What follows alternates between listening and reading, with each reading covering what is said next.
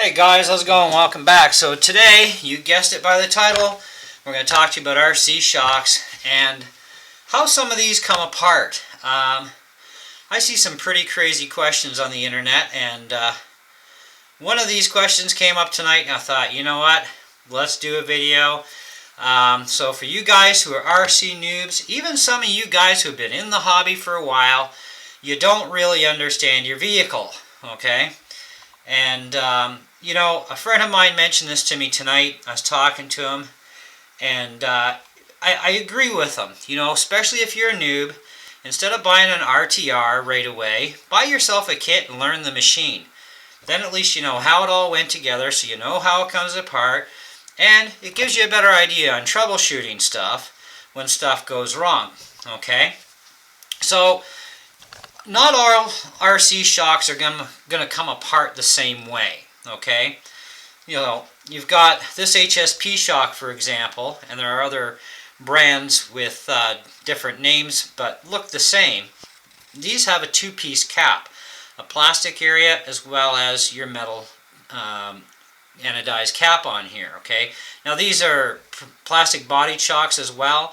This shock style has basically an area where you can grab a wrench underneath, and then you can wrench it from the top as well. Okay, so taking a shock like this, for example, and just twisting the top of the cap is not going to get it undone.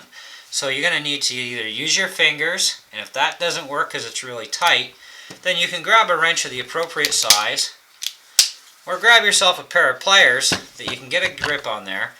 Either pull the shock spring down so you can get a grip, or simply just remove the bottom area of the shock.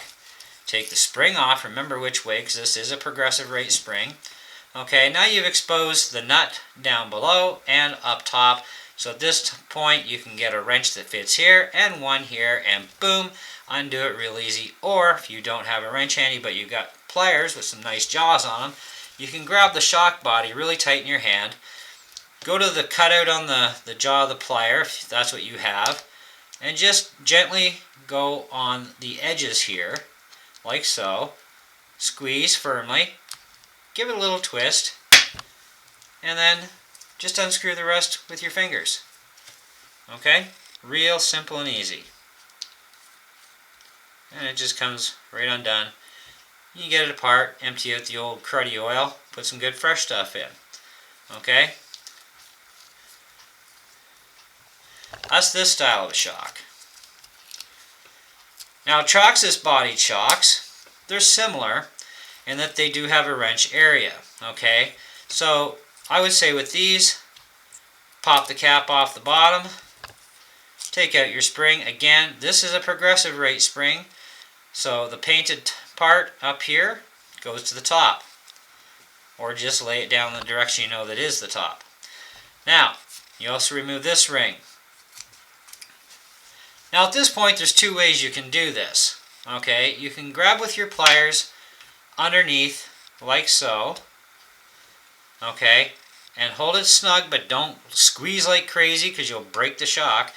And you should be able to grab with your fingers and undo it. If not, if that doesn't work because it's too tight, take a screwdriver that's skinny enough to fit through the hole and just simply like so. Okay? Voila, it's apart. Okay? Now to tighten this same shock back up, grab it firmly in your hand, grab your screwdriver like this, and just give it a little twist like so, and it's going to be nice and firm. Now if you have metal shock caps on your Traxxas shocks, it'd be the same thing. They're also a solid shock body cap. Okay? They're not a two-piece like this is. Okay? And then, of course, reinstall the ring, reinstall the shock spring, and the bottom cap. Okay? Too easy. Now, this shock also has a different spring on it, so you'd usually use a preload spacer on this one, but we don't have one, so who cares? These are just sample shocks anyways. Now, this is a shock from my old Red Cat RS10. Okay, I got rid of the truck, but of course I kept the original shocks. And these have a little bit different setup. So we're going to show it to you. And this is another kind of shock where you're going to need to take the bottom out,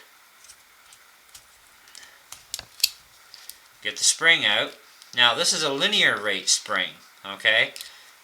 So it doesn't matter top or bottom.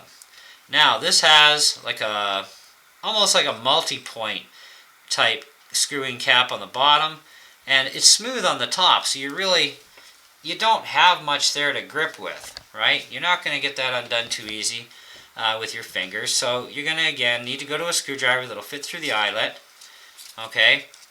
Hold firmly in your hand, squeeze that shock body in your hand, and give it a twist.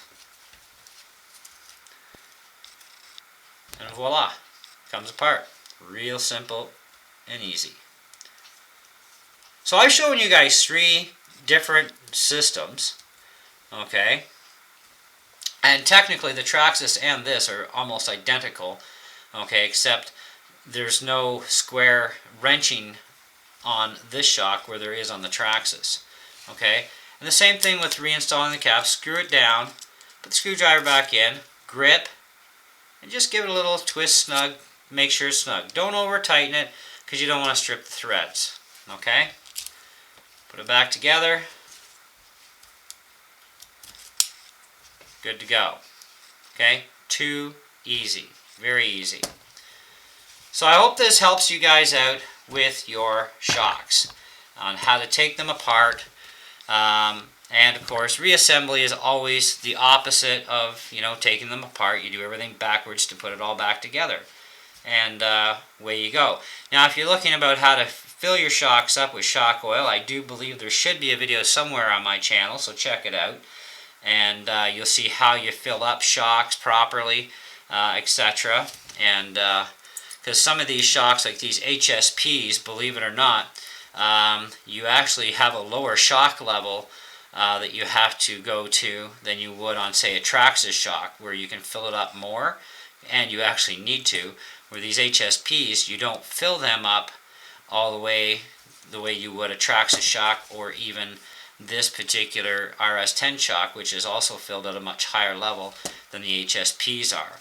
Okay, so there are going to be differences there. All right, so and you got to kind of go by feel. Like you should, when you do fill up a shock, you should be able to squeeze it all the way in without busting your cap off or having back pressure where it stops you. Excuse me. You should be able to actually squeeze that all the way in, bottom it out, and let go. Okay?